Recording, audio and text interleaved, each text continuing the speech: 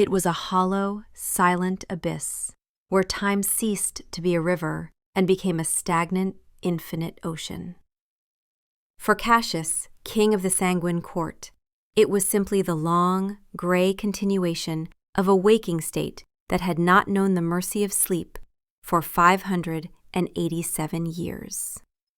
His world was one of stasis, of cold stone and colder flesh, a kingdom built on the cessation of heartbeats. Tonight, however, there was a disruption, a planned, meticulous violence that felt almost vulgar in its necessity. He moved through the chaos of the Devereux estate not as a warrior, but as a phantom. The screams of the guards were distant, tinny things, inconsequential pops of sound in the thick velvet of the night. The scent of their fear, the coppery tang of their spilled life, it was all a dull, gray noise to senses long deprived of true flavor. His quarry was not blood, but leverage. Lady Morgana Devereux, the prized daughter of the Baron who dared to plot against his throne. Her capture would be a bloodless coup, a checkmate delivered in silence. His boots made no sound on the marble floors. He was a ripple in the air, a sudden drop in temperature that made the living clutch their cloaks tighter. The guards he passed were not slain, but stilled. Left in poses of shock, their bodies flash-frozen by a cold that emanated from his very being, a power that was in exchange for the warmth he'd lost so long ago. He ascended the grand staircase, his eyes fixed on the doors to the ladies' chambers. He felt nothing, not anticipation, not cruelty, not even the grim satisfaction of a king enforcing his will. There was only the vast, silent hollowness inside his chest, a place where a heart once beat, and where now only a cold, winter wind resided. He pushed the doors open. They swung inward without a creak. The room was a riot of silk and lace, smelling faintly of lavender and panic. A figure was huddled by the window, cloaked in an emerald gown that shimmered in the moonlight. The face was turned away, obscured by a curtain of dark hair. This was her, Lady Morgana. The reports had been precise. He took a step forward, the air chilling around him, the flame of a nearby candle flickering and threatening to die. The woman flinched, a small, terrified sound catching in her throat. He saw the elegant line of her neck as she tensed, the delicate skin where a frantic pulse hammered a rhythm he could feel in his teeth. It was the only living thing in his perception, a frantic drumbeat in a world of absolute silence. He closed the distance in an instant that was too swift for a mortal eye to track, his hand closing not on her arm, but gently over her mouth to stifle the scream he knew was coming. And then it happened. The shock of it was so profound, so utterly alien, that for a fraction of a second his immortal composure fractured. It was not the contact itself, but the heat. A searing, vibrant warmth that flooded his senses, a torrent of life crashing against the frozen shores of his existence. It was more than skin temperature. It was the radiating energy of a living, breathing, terrified soul. It was like touching the sun after an eternity in a lightless cavern. The sensation was so overwhelming, so utterly foreign, that he almost recoiled. His fingers, which could shatter stone, trembled against the softness of her cheek. Beneath his palm, he felt the frantic vibration of her breath, the thunder of her heart echoing through her bones and into his. He swept her into his arms, the heavy silk of the gown rustling against his timeless coat. She was impossibly light, yet she felt more real, more substantial than the ancient stone of his own castle. The warmth of her body soaked into the fine wool of his clothes, a phantom heat that seemed to sink directly into the void in his chest. It did not fill the emptiness, but for the first time in centuries, it made him aware of its precise shape and depth. The journey back was a blur of wind and shadow. He held her against his chest, a shield against the rushing cold of their passage. She had gone limp in his arms, her terror having exhausted her into a state of shocked stillness. Her head rested against his shoulder, and the rhythmic puff of her breath against his neck was a maddening, exquisite torture. Each exhale was a ghost of the life he could only observe. He told himself this strange, intoxicating sensation was merely the novelty of holding a creature so fragile, so fleeting. An anomaly, a mortal curiosity that would fade once she was safely ensconced in his dungeons. But as he cradled her closer, possessiveness coiling deep within him, he knew, with a certainty that chilled him more than the coming dawn, that he was lying to himself. He had captured his prize, but in the searing, undeniable shock of her warmth, he felt terrifyingly, irrevocably captured himself. The world swam back into focus with a gut-wrenching lurch. One moment, I was in Lady Morgana's chambers, dizzy with the forbidden thrill of wearing one of her discarded gowns, the emerald silk a cool caress against my skin. The next, I was airborne, cradled against a body so cold it felt like being pressed into a glacier. The cold was absolute, a presence more than a temperature, and it seemed to suck the very breath from my lungs, leaching the heat from my blood until my teeth chattered with a violence that shook my entire frame.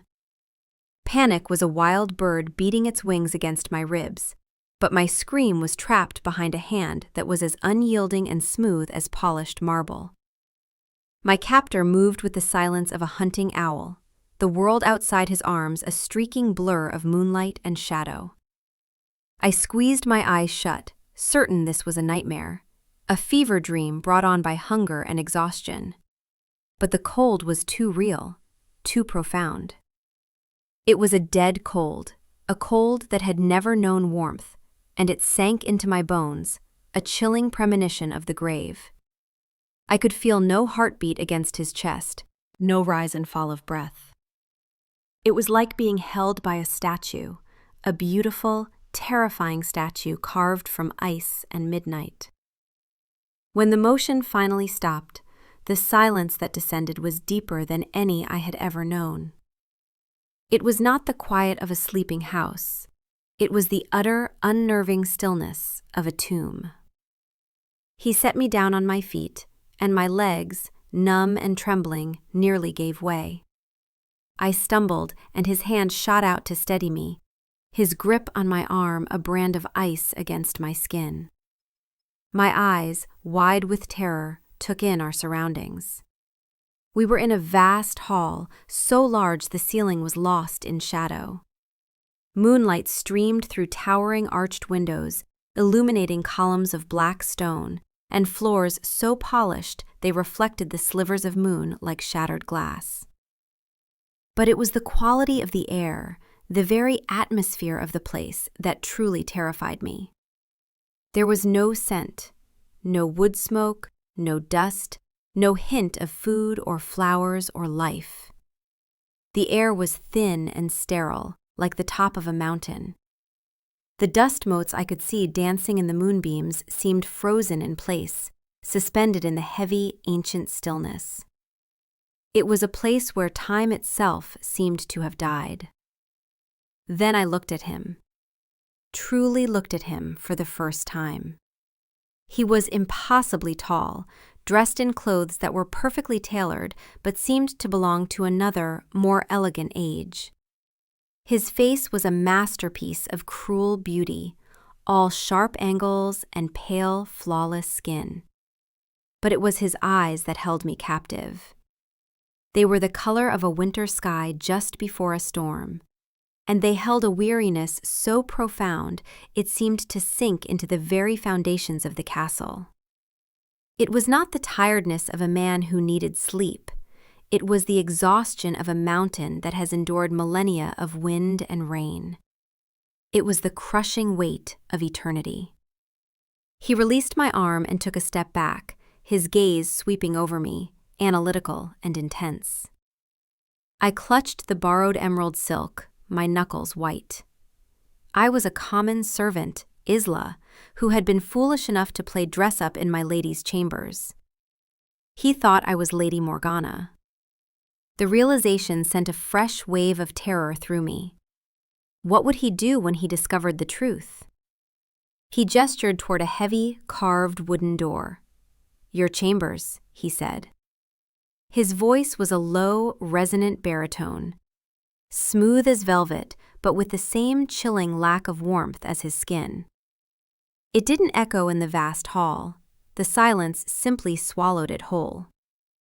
I was led not to a dungeon, but to a suite of rooms more lavish than any I had ever seen. A 4-poster bed draped in black velvet, a dressing table laden with silver-backed brushes, a wardrobe filled with gowns of silk and satin. It was a gilded cage, beautiful and terrifyingly cold. He left me there without another word, the heavy door closing with a sound of finality that sealed my fate. I was alone, but the feeling of his presence lingered, a persistent chill in the air. As the hours bled into one another, a strange sensation began to prickle at the edges of my fear. It was a pull, a faint thrumming deep in my soul that seemed to answer a similar frequency I could feel emanating from the very stones of the castle. It was an awareness of him, not just as a captor, but as a presence. And with that awareness came an intrusive, unwelcome whisper of understanding. It was a feeling I couldn't name, a sudden, visceral knowledge of his crushing, unending loneliness. It was as if I could feel the shape of the void inside him, the vast, echoing emptiness of his immortality. The thought was so absurd, so impossible, that it frightened me more than his fangs or his strength. It was one thing to be a monster's prisoner. It was another thing entirely to feel the desperate, silent ache of the monster's soul. The sun was a searing knife on the eastern horizon, a promise of the great eraser that would scour the world clean of shadows like his. Cassius felt the familiar primal terror, a 5-century-old instinct that screamed for the safety of stone and darkness.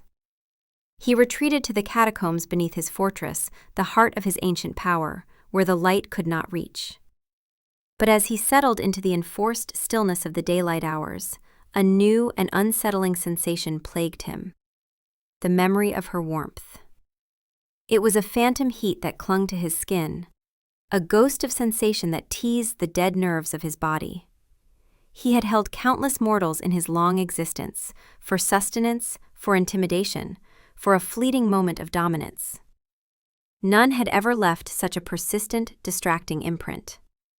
It was like a single, vibrant thread of crimson woven into his endless tapestry of gray. He endured the agonizing crawl of the day, the silent torment of his insomnia, with this new, foreign warmth haunting him. It was a distraction from the crushing weight of his memories, but it was not a pleasant one. It was an itch he could not scratch, a thirst for something other than blood. When the last, hateful rays of the sun finally bled from the sky, and the dead hours of the night reclaimed his kingdom, he rose from his throne of stone, the purpose of his hunt already forgotten. The leverage, the baron, the political machinations, they were all distant, faded concepts. The only thing that felt real was the urgent, inexplicable need to see his prisoner again. He moved through the silent corridors of his palace, the air chilling in his wake. He approached the chambers where he had left her, expecting to hear weeping, or perhaps the defiant sounds of a noblewoman trying to break free. Instead, there was only silence. He pushed the door open without a sound and found her not cowering or raging, but curled in a chair near the cold, empty hearth, asleep.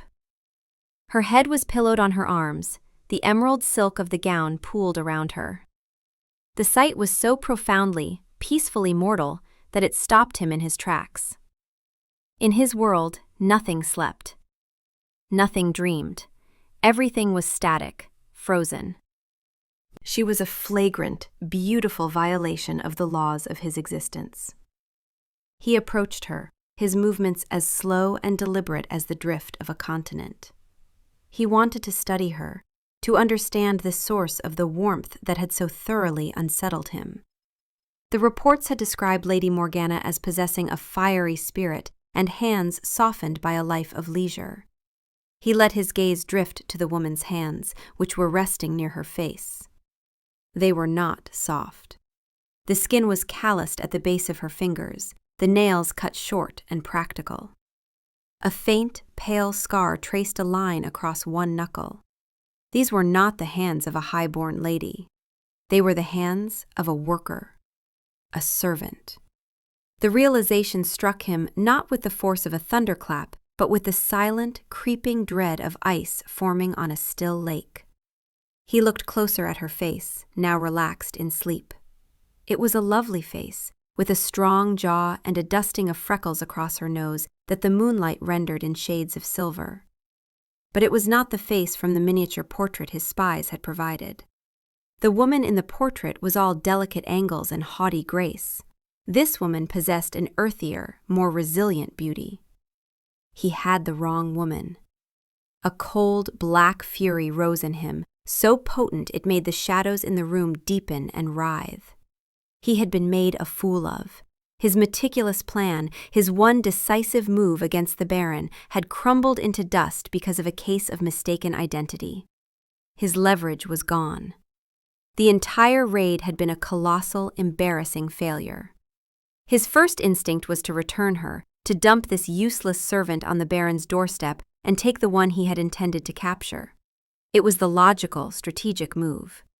But as he stood there, watching the gentle rise and fall of her chest, seeing the soft pulse beating in the hollow of her throat, that fragile, insistent rhythm of life, the thought of letting her go was physically agonizing. It felt like tearing a part of himself away. The thirst rose in him, a familiar tightening in his jaw, a sharpening of his senses. But it was different this time. It wasn't the simple, primal hunger for blood.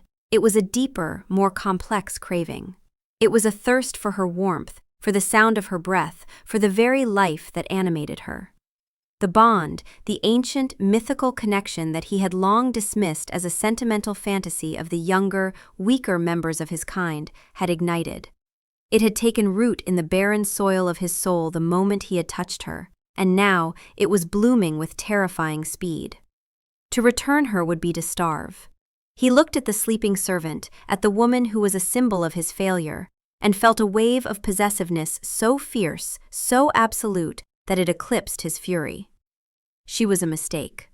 But she was his mistake, and he would not, could not, let her go.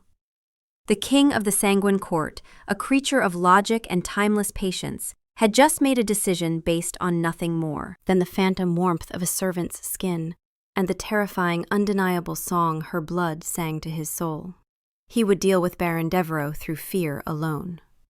The Baron's guards had witnessed what happened to those who opposed him. Word would spread.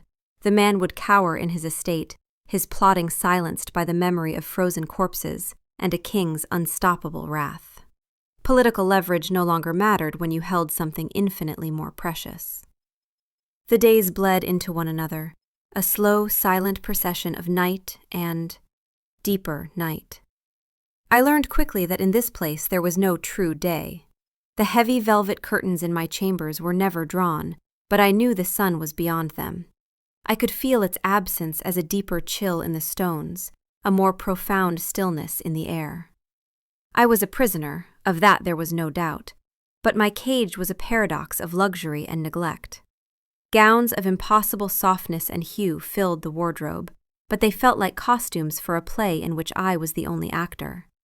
Platters of food would appear on a table outside my door, roast chicken, fresh bread, ripe fruit, but the scent of it never permeated the cold, sterile air of my rooms. My appetite had vanished anyway, stolen by a knot of anxiety that lived permanently in my stomach. The silent thralls who brought the food were hollow-eyed creatures who moved like sleepwalkers, never meeting my gaze, never speaking. They knew I was not Lady Morgana. They had to know. But they said nothing, these empty vessels who served their master without question or memory. My captor, the king, was a phantom. I would go long stretches without seeing him, yet I always felt his presence.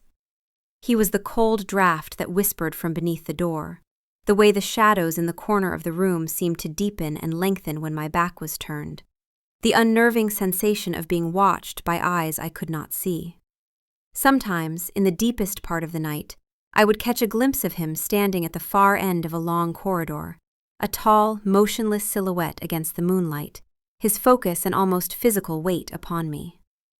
Fear was my constant companion, a cold stone in my belly. But as the weeks passed, a strange transformation began. Fear, when sustained for so long, cannot maintain its sharp edge. It dulls, becoming a part of the landscape of one's existence. And in the space it left behind, other feelings began to grow, like pale, tentative moss on a dungeon wall. Pity was the first. I saw him, always awake, always alone. He moved through his own palace like a ghost, a silent sentinel guarding an empty kingdom. He never ate, he never drank, he never slept. He simply was, an eternal, unchanging fixture in a world of decay and silence. The sheer, crushing loneliness of it began to dawn on me. My own solitude was a torment, but it had a conceivable end. His was infinite. The thought was so staggering that it began to overshadow my own terror. Pity curdled into a cautious curiosity. What did he do during the endless, silent hours? What did he think about? Did he remember what it was like to be warm? I had tried in those first terrifying days to tell him the truth. I had stammered out the words, my voice shaking with fear. "I'm not Lady Morgana. I'm just a servant. There's been a mistake." He had looked at me with those storm-gray eyes, cold and impassive, and said in that velvet and ice voice, "You wear her gown. You were in her chambers. The Baron's household will claim any story to secure your release. Do not insult my intelligence with transparent deceptions, Lady Devereux." He had not believed me, or perhaps he had not wanted to believe me. Either way, my protests had been dismissed, and I had learned that the truth, when spoken to a creature who had decided what reality would be, was less than useless. It was dangerous. So I had stopped trying to convince him, and instead began the slow, careful work of survival in a world that defied all natural law. One night, emboldened by a strange mixture of desperation and compassion, I decided to break the silence that suffocated this place. I was sitting by the unlit hearth, reading a book of legends I'd found on a dusty shelf, tales of sun-blessed heroes and warm-blooded maidens that felt like a cruel joke in this frozen palace. I sensed him before I saw him, a familiar drop in temperature, a thickening of the shadows near the doorway. I knew he was there, watching me. My heart hammered against my ribs, a frantic, living drum in the dead quiet. I lowered the book, my hands trembling slightly. I did not look at him directly, but I spoke into the vast, cold space of the room. "Are you not lonely?" The words, so simple, so human, felt like a sacrilege here. They hung in the air, fragile and loud. The silence that followed was so absolute, so heavy, that I thought for a moment I had imagined speaking them. I could feel his stillness intensify, the focus of his gaze sharpening on me like a pinpoint of ice. I dared to lift my head and meet his eyes across the cavernous room. In their stormy depths, I saw a flicker of something I had not seen before. Not anger, not cold indifference, but a flicker of profound, ancient shock, as if I had asked a mountain if it ever tired of the wind. He had been asked if he was powerful, if he was cruel, if he was eternal. He had been begged for mercy and cursed for his coldness. But in 587 years, no one, not once, had ever asked him if he was lonely. My question hung in the air between us, a bridge of sound across an ocean of silence. Cassius stood in the shadows of the doorway, a statue carved from night and winter. The simple query, "Are you not lonely?" had struck him with more force than any physical blow. It was a question so direct, so fundamentally human, that it bypassed centuries of carefully constructed defenses. Loneliness was the very medium in which he existed. It was the air he didn't breathe, the water he didn't drink. To have it named, to have it seen by this fleeting, warm creature, was both an intrusion and a relief so profound it bordered on pain. He did not move. He couldn't. Her voice, clear and soft, had been the first sound in this wing of the palace, save for his own footsteps, in decades. It had not echoed. The ancient silence had absorbed it, but the imprint of it remained. He felt it as a vibration against his dead nerves. "Loneliness is a mortal affliction," he replied, his voice a low rumble that did not carry the conviction he intended.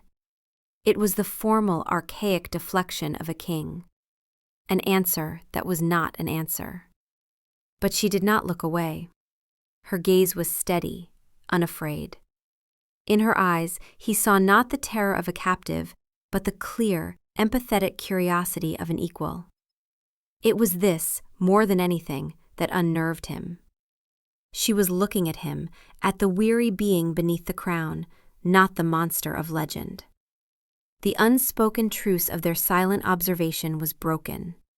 He began to visit her chambers more openly, drawn by a force he no longer bothered to analyze. He would not speak, not at first. He would simply stand in the shadows and watch her. He watched her eat, a ritual that became an obsession for him.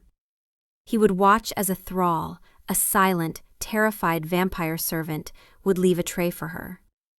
He would watch as she picked up a piece of bread, still warm from an oven somewhere deep in the castle, where the thralls maintained the charade of a living household for their master's strange guest. He would see the steam rise from it in the cold air, a tiny, fleeting ghost of warmth. He would watch her lift it to her lips, the sight of her taking a bite, of her chewing, of the simple, life-affirming act of sustenance, was a form of the most exquisite torture he had ever known. Food was ash in his mouth. Wine tasted of dust and regret. To see her derive pleasure and strength from it was to be reminded of every sensory joy he had lost. It was the ache of the unreachable made manifest in a crust of bread.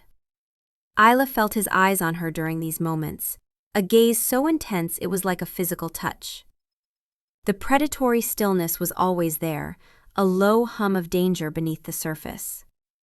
But she began to understand that his hunger was not for her flesh, it was for her experience. He was starved for the sight of life, for the vicarious sensation of warmth and flavor. The realization shifted her fear into a strange, aching sympathy. He was a king of immense power, a creature of eternal life, and yet he was deprived of the simplest of human pleasures. He was a ghost at a banquet. One evening, as he watched her from the shadows, his presence a familiar column of cold in the corner of the room, she did something that defied all logic, all instinct for self-preservation. She broke a piece from the small loaf of bread on her plate. It was warm, the crust crisp, the inside soft and white. Steam curled from the broken edge, fragrant, living breath. She held it out to him. "Would you?" she began, her voice faltering slightly as she offered the simple human gift into the oppressive silence. Cassius flinched as if she had struck him. His entire body went rigid, his stormy eyes widening in something that looked like horror. He took an involuntary step back, away from the offering.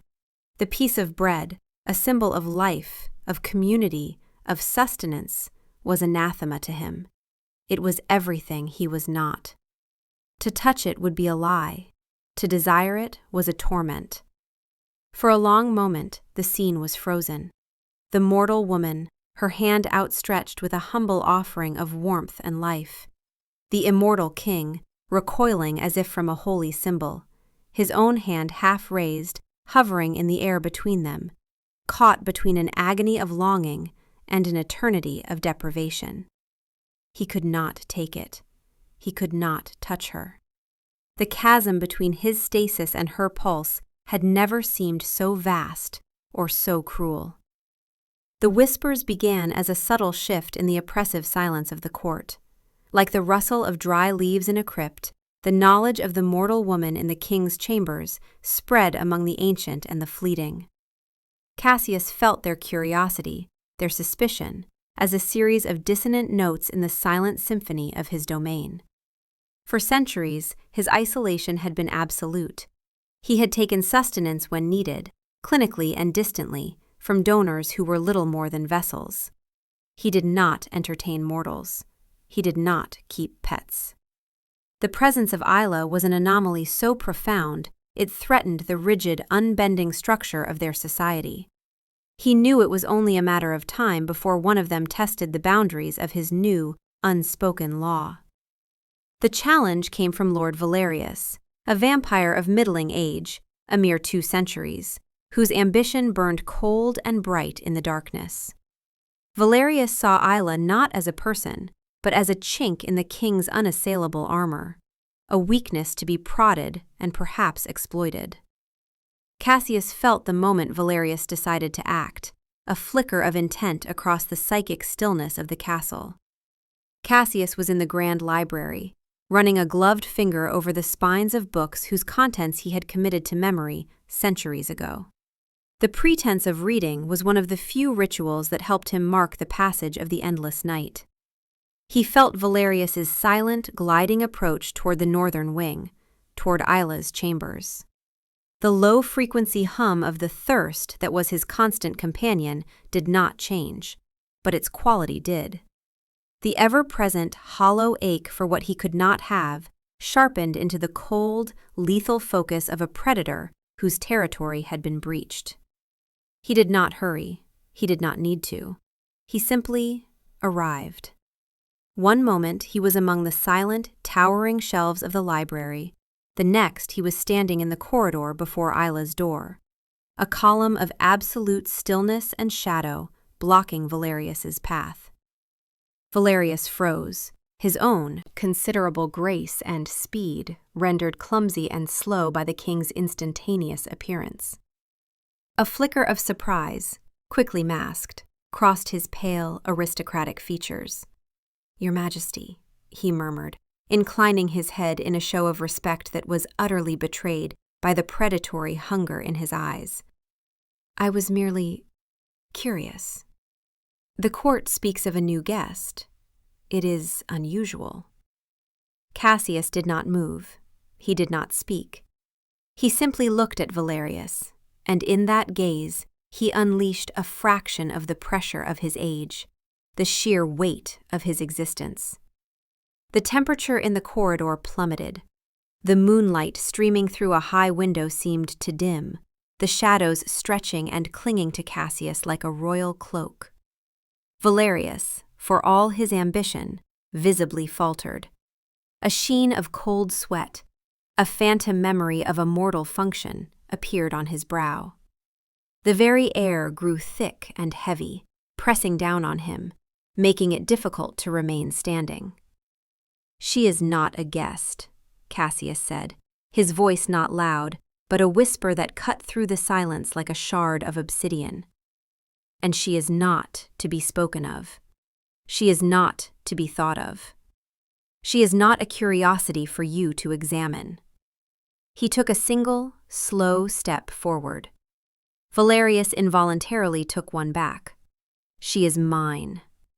The possessiveness in that single word was an absolute force, a statement of ownership so total it was a law of nature. It was the mountain claiming the sky above it, the ocean claiming the depths within it. "To harm her," Cassius continued, his voice dropping even lower, becoming a lethal vibration in the frozen air. "To frighten her, to even cast your shadow across her path, is to unwrite your own existence. You will cease to be a memory. You will simply cease. Do you understand, Lord Valerius?" Valerius could not speak. He could only nod, his body trembling with the effort of resisting the crushing weight of the king's will. Cassius held his gaze for a moment longer, impressing upon him the totality of his potential annihilation, then turned and entered Isla's chambers without a backward glance, leaving the terrified courtier to collapse against the stone wall in the corridor, gasping in the suddenly thin air. He closed the door behind him, and the fury, cold and black and absolute, still radiated from him in waves. Isla was standing by the window, her book clutched to her chest. He saw the fear in her eyes, the wide, startled look of a fawn that has just witnessed the silent, brutal dispatch of a wolf. But as he looked closer, he saw something else mingling with the fear. It was awe. And beneath that, a flicker of dawning realization. He was a monster, yes. His power was terrifying and absolute. But that power had just been wielded as a shield. It had been wielded for her. In that moment, she was not looking at her captor. She was looking at her guardian. I watched him enter the room, a walking storm of silent, cold rage. The power rolling off him was a palpable thing, a pressure that made the air feel thick and heavy in my lungs. I had heard the voices in the hall, one a low murmur, the other his, a whisper that carried more menace than any shout. I had no doubt what had just transpired. He had protected me. The thought was so staggering, it warred with the primal fear his presence still invoked. He was a creature of immense and terrifying darkness. But that darkness had just wrapped itself around me like a shield. The dynamic between us shifted then, a subtle but seismic change. He was still my captor, and this castle was still my prison. But I was no longer just a hostage, a mistake he was forced to keep. I was something precious. Something he guarded with a jealousy so fierce it was terrifying in its intensity. And in the face of that fierce, possessive protection, my will to fight, to escape, began to wither. Where would I go? What would I return to? A life of servitude, of being invisible?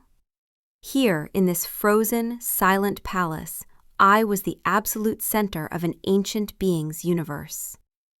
The thought was both horrifying and strangely, intoxicatingly seductive. So I stopped fighting. I stopped testing the boundaries of my cage, and instead began to explore the contours of my relationship with the creature who kept me in it. I started to try to understand him, not as a monster, but as Cassius. I did not know his name, not yet, but I began to think of him as a person, burdened by an eternal condition. Our silent vigils continued, but they were different now. The silence was no longer oppressive and threatening. It became companionable, a shared space. One night, I was sitting in the large, cushioned chair by the cold hearth, a heavy blanket wrapped around my shoulders to ward off the perpetual chill of the room. I was reading, but my focus was not on the words. It was on him. He stood near the towering bookshelves across the room, a motionless silhouette against the moonlight, watching me as he always did. But tonight, there was no fear. I felt his gaze not as a weight, but as a presence. A constant, unwavering attention that made me feel more seen than I had ever been in my life. I lowered my book and looked up, my eyes meeting his across the vast, shadowed space. He did not move. His stormy gray eyes were fixed on me, and in their depths, I saw the familiar, ancient weariness, but also a flicker of something new, a raw, unguarded vulnerability. Slowly, deliberately, I let my head tilt to the side. It was a small movement, but in the charged stillness of the room, it felt as momentous as a vow. I exposed the long, pale line of my neck, the place where my pulse beat strongest, the place a creature like him would see as the ultimate point of weakness, of sustenance. The vein there was a fragile blue line beneath the skin, a visual representation of the life that thrummed within me, the life he was so starved to witness. It was not an act of submission. It was not the bared throat of a defeated animal. It was an act of trust, a conscious choice. It was me, Isla, a mortal servant, telling this ancient, powerful king that I was not afraid, that I saw the loneliness behind the monster and I would not run from it. I was offering him the one thing I had of any value, my life, not as a meal, but as a comfort. The reaction was instantaneous and profound. A tremor went through his perfect, still form. I saw his hands clench into fists at his sides, his knuckles turning white. A faint, shuddering breath, a ghost of a human reflex, escaped his lips. He looked as though I had struck him. This simple, non-verbal gesture of trust, this gift of vulnerability I had offered freely, had shattered something deep within his immortal composure. It was a surrender he had never demanded, a gift he had never imagined receiving, a level of trust he felt with every fiber of his being that he did not deserve. The control he had maintained for centuries, the cold, detached stasis of his existence, began to fray at the edges, threatening to unravel completely. He had faced down armies and rival immortals, but he was entirely undone by the quiet, trusting tilt of a mortal woman's head. The weight of his deception was a physical thing, a shroud of cold, heavy lead that had settled over him in the weeks since her silent offering of trust. Every time he looked at her, every time she met his gaze without fear, the lie burned in his consciousness like a brand. This entire connection, this fragile, impossible bridge being built between their two worlds, was founded on a colossal mistake. His mistake. She trusted the monster, but she did not know the monster was also a fool. He owed her the truth. It was the only honorable thing left to him in this tangled mess of fate and feeling. He had to tell her, even if the truth shattered her trust, even if it turned the burgeoning warmth of the bond to ash, and left him colder and more alone than he had been in 500 years. He would rather be hated for the truth than loved for a lie.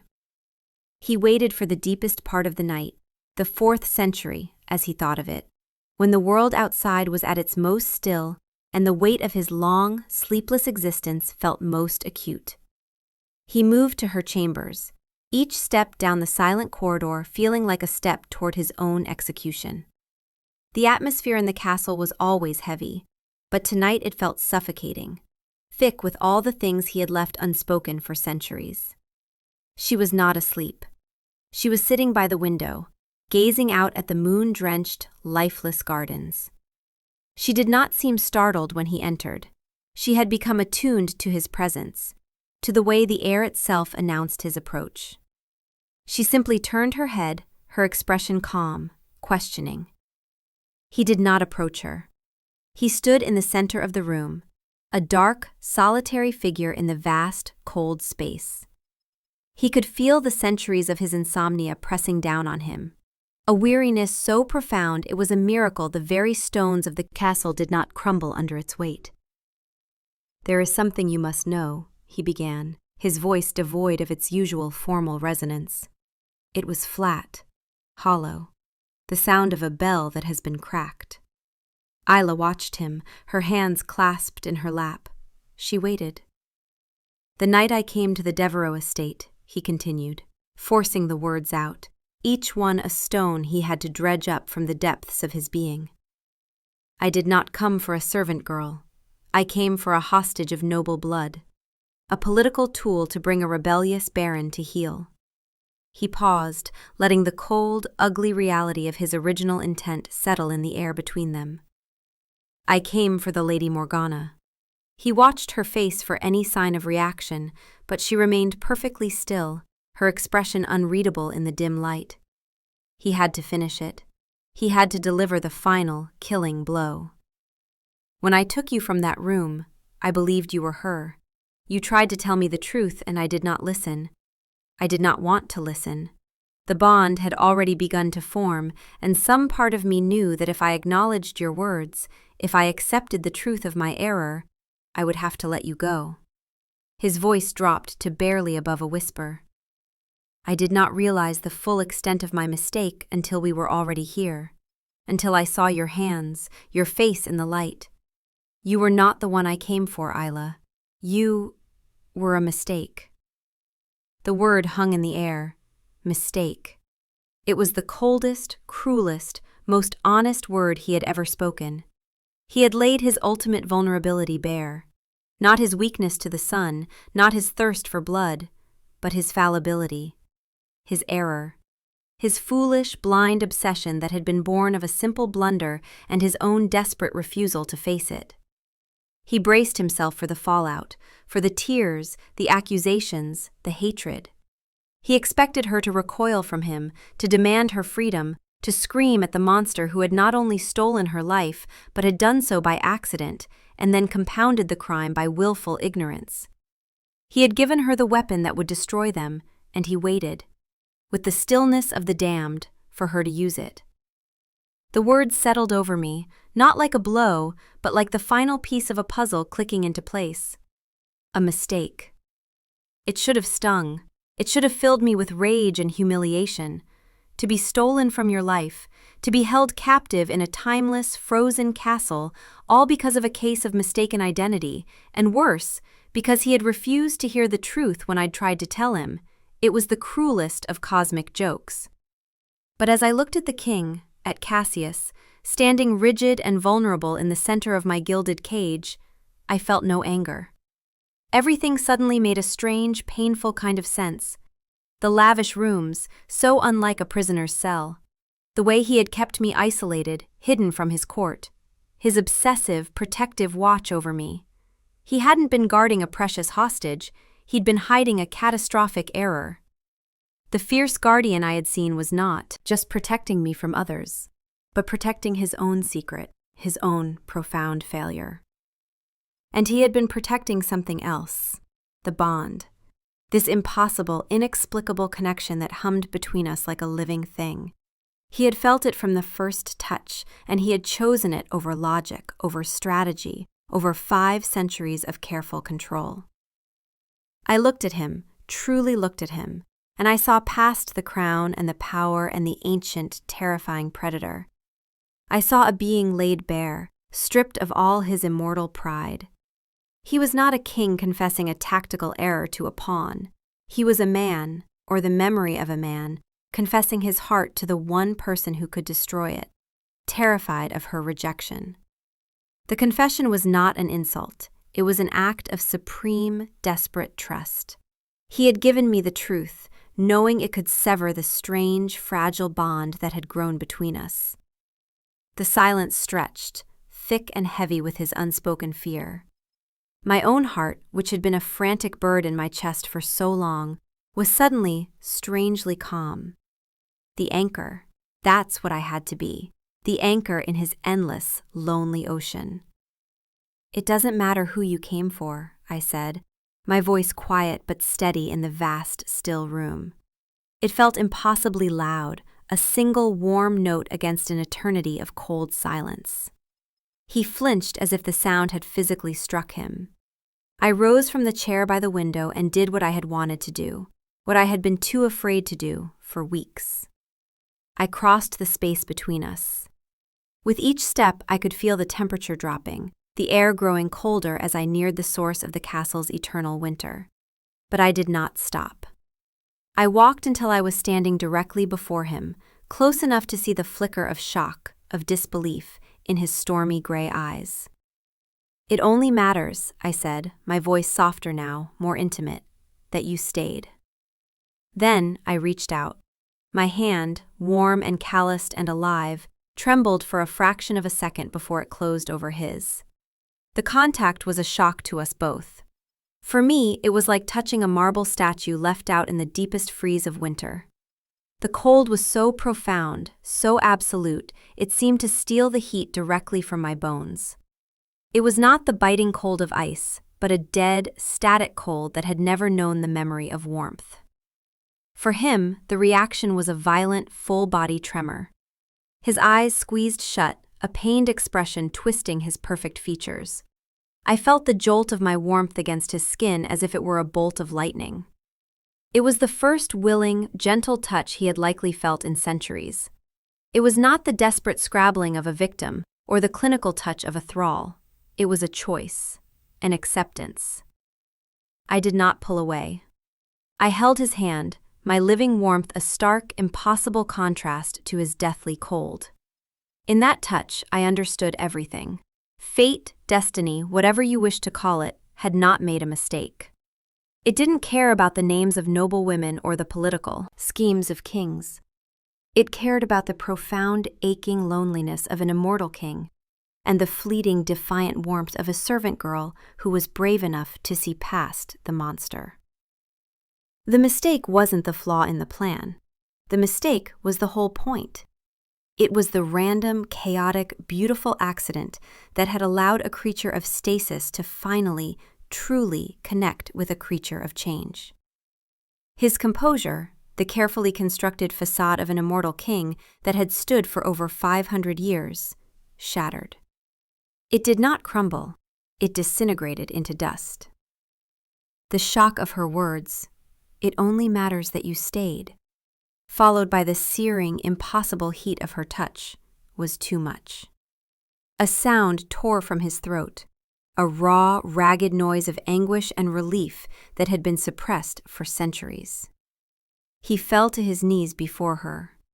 The mighty King Cassius, ruler of the Sanguine Court, master of shadows and silence, was brought low not by a rival's blade or a hunter's stake, but by the simple, profound grace of a servant's forgiveness. He still held her hand, clutching it as a drowning man clutches a piece of driftwood. Her warmth was an agonizing, beautiful fire, cauterizing wounds he had forgotten he possessed. He knelt before her, his head bowed, the full weight of his eternal weariness finally bowing his shoulders. "I do not deserve this," he whispered, the words ragged. "I do not deserve you." Isla looked down at the dark head bowed before her. She gently used her free hand to cup his jaw, urging him to look at her. His skin was impossibly cold, like touching the face of a perfect statue, but beneath it she could feel the fine tremor of his unraveling. When his stormy eyes met hers, she saw in them not the cold predator, but the raw, exposed soul of a man who had been alone for so long he had forgotten it was possible not to be. "You do," she said softly. "You just forgot how to ask." He rose slowly to his feet, never letting go of her hand. The bond between them, once a subtle thrum, was now a roaring, undeniable current, a river of light flowing between her warmth and his cold. He knew he had to explain everything, the full weight and meaning of what was happening to them. "This connection, it is what my kind call a fated bond," he explained, his voice regaining some of its formal cadence, though it was now laced with a raw vulnerability. "It is rare, a legend for most. It is a recognition of souls.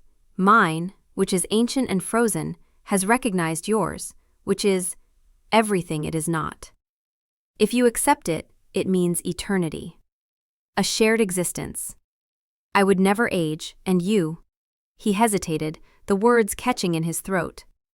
"You would be granted the same curse, the same gift, to walk the nights with me forever." He was asking, not demanding. He was offering her a choice, though he knew if she refused, the severance of the bond would likely destroy what was left of his sanity. He was placing his entire existence in her mortal hands.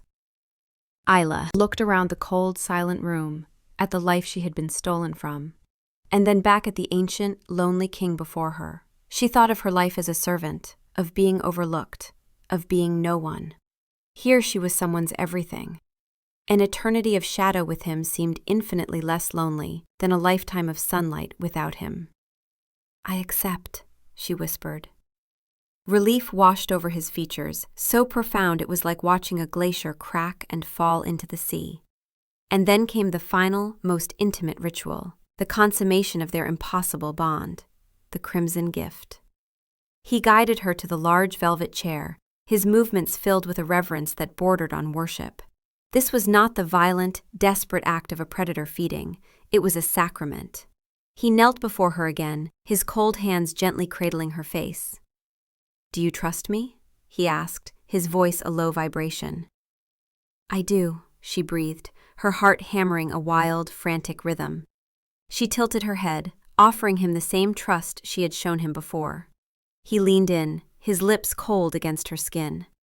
There was no pain, no violent tearing. There was only a slight, sharp pressure, and then a feeling of profound release, as if a great tension within her was finally being let go. As he drank, she felt not a draining of life, but a strange and intimate sharing of it.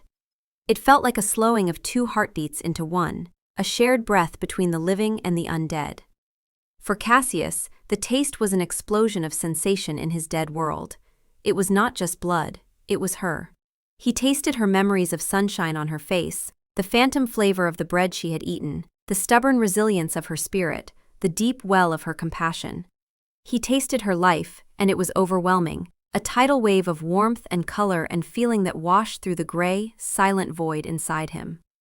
For the first time in centuries, the cold winter wind in his chest was calm. When he drew back, a single drop of crimson stained his lips. He looked at her, his eyes glowing with a soft, inner light.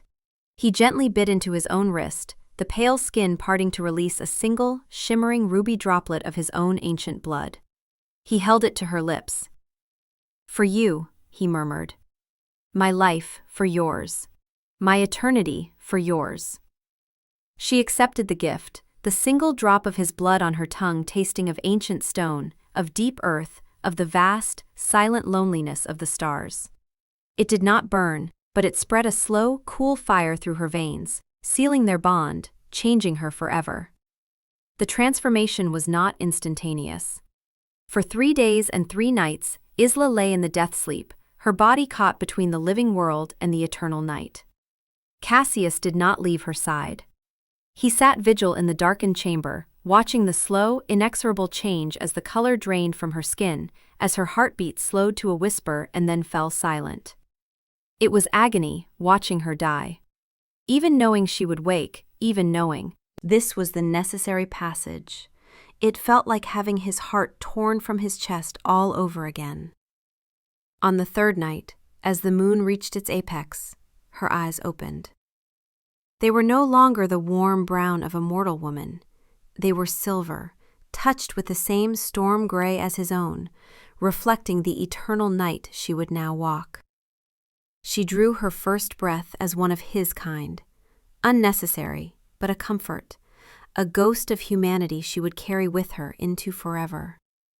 He took her hand, and for the first time, there was no shock of temperature, no painful contrast. They were the same now, 2 creatures of shadow, bound by choice and fate. A new normal was born in the silent halls of the palace. The court was in shock at the sight of the mortal servant who now stood beside their king, transformed and crowned as his queen. But one look from Cassius, one reminder of the absolute power that had been so recently reawakened by his new purpose, silenced all dissent. Isla was his queen, and his word was law.